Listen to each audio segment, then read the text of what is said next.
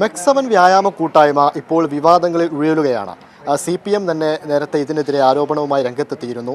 ഇപ്പോൾ കൂടുതൽ AP വിഭാഗം സമസ്തയടക്കം ഇതിനെതിരെ ആരോപണം ഉന്നയിക്കുന്നൊരു സാഹചര്യമുണ്ട്. ഇപ്പോൾ മുൻ മന്ത്രി അഹമ്മദ് ദേവർകോവിൽ ഇപ്പോൾ നമുക്കൊപ്പം ചേരുകയാണ്.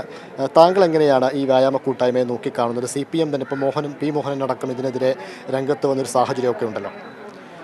മാക്സിമം ഞാൻ മനസ്സിലാക്കിയെടുത്തോളം ഒരു വ്യായാമ കൂട്ടായ്മയാണ്. വർഷങ്ങൾക്ക് മുമ്പ് കുണ്ടോട്ടിയിലാണ് അത് ആരംഭം കുറിച്ചിട്ടുള്ളത്.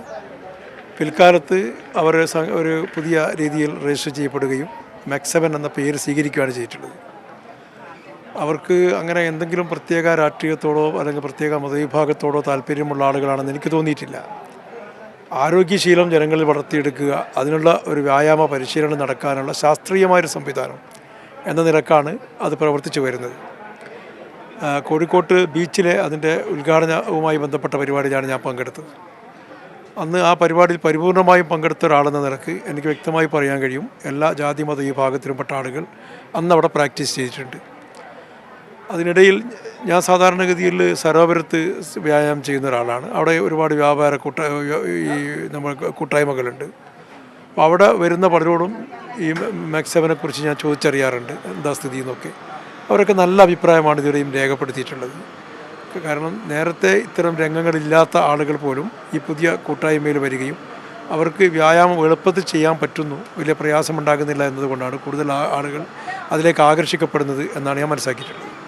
ജീവിതശൈലി രോഗങ്ങളുമായി ബന്ധപ്പെട്ട് സ്ഥിരമായി പ്രഷറിനും അതുപോലെ ഷുഗറിനൊക്കെ ഗുളിക കഴിക്കുന്ന കുറേ ആളുകൾക്കെങ്കിലും ഈ പ്രവർത്തനത്തിലൂടെ ഗുളികകൾ ഉപയോഗിക്കേണ്ടാത്തൊരു സാഹചര്യം ഉണ്ടായിട്ടുണ്ട് എന്നാണ് മനസ്സിലാക്കാൻ കഴിഞ്ഞിട്ടുള്ളത്.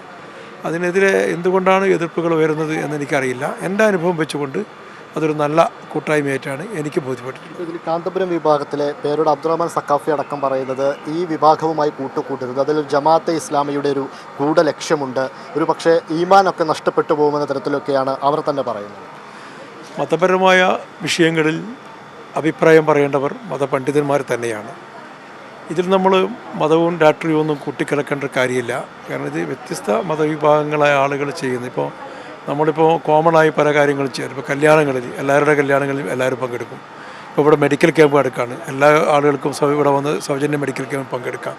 ഇതൊക്കെ നമ്മുടെ നാട്ടിൽ നടക്കുന്ന പൊതുവായ കാര്യങ്ങളാണ്. ഇതിൽ നമ്മൾ അങ്ങനെ കാണേണ്ട കാര്യമില്ലെന്നാണ് എനിക്ക് തോന്നുന്നത്. പിന്നെ മതപരമായ കാര്യങ്ങളിൽ ആധികാരികമായ അഭിപ്രായം മതപണ്ഡിതന്മാർ തന്നെ പറയട്ടെ, നമ്മളത് ഇടപെടേണ്ട കാര്യമില്ല. ആദ്യഘട്ടത്തിൽ CPM-ൽ തന്നെയാണ് ഇങ്ങനൊരു ആരോപണം വന്നിരിക്കുന്നത്. അത് അങ്ങനെ അതിനെ നോക്കിക്കാണുന്നത്. ഞാൻ ഇന്നലെ ചാനൽ ചർച്ചയുമായി ബന്ധപ്പെട്ട് പല ചാനലുകാർ എന്നെ വിളിച്ചപ്പോൾ ഞാൻ യാത്രയിലായിരുന്നു. സ്വാഭാവികമായും വൈകിട്ട് പ്രതികരിക്കണം എന്ന് പറയുന്ന അടിസ്ഥാനത്തിൽ ഞാൻ മോഹൻ മാസ്റ്റർ ഫോണിൽ ബന്ധപ്പെട്ടിരുന്നു. അദ്ദേഹം എന്നോട് പറഞ്ഞത് ഈ മാക്സവനെക്കുറിച്ച് അങ്ങനെ പ്രത്യേകമായി ഞാനൊന്നും പറഞ്ഞിട്ടില്ല.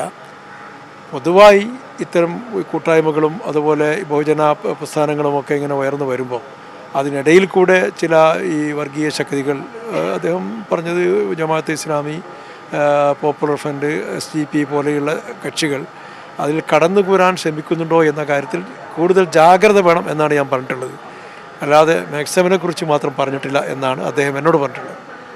അത് തന്നെയാണ്, അതിൽ ഒരു ഗൂഢലക്ഷ്യം കാണേണ്ടതില്ല എന്ന് തന്നെയാണ് അഹമ്മദ് ദേവർകോവിൽ വ്യക്തമാക്കുന്നത്. മതസംഘടനകൾ അവരുടെ അഭിപ്രായം പറയും, അത് പണ്ഡിതർ തന്നെയാണ് പറയേണ്ടതെന്നും അദ്ദേഹം വ്യക്തമാക്കുന്നു. അരുൺ കിഷോറിനൊപ്പം ഇംതിയാസ് കരീം, മാതൃഭൂമി ന്യൂസ്, കോഴിക്കോട്.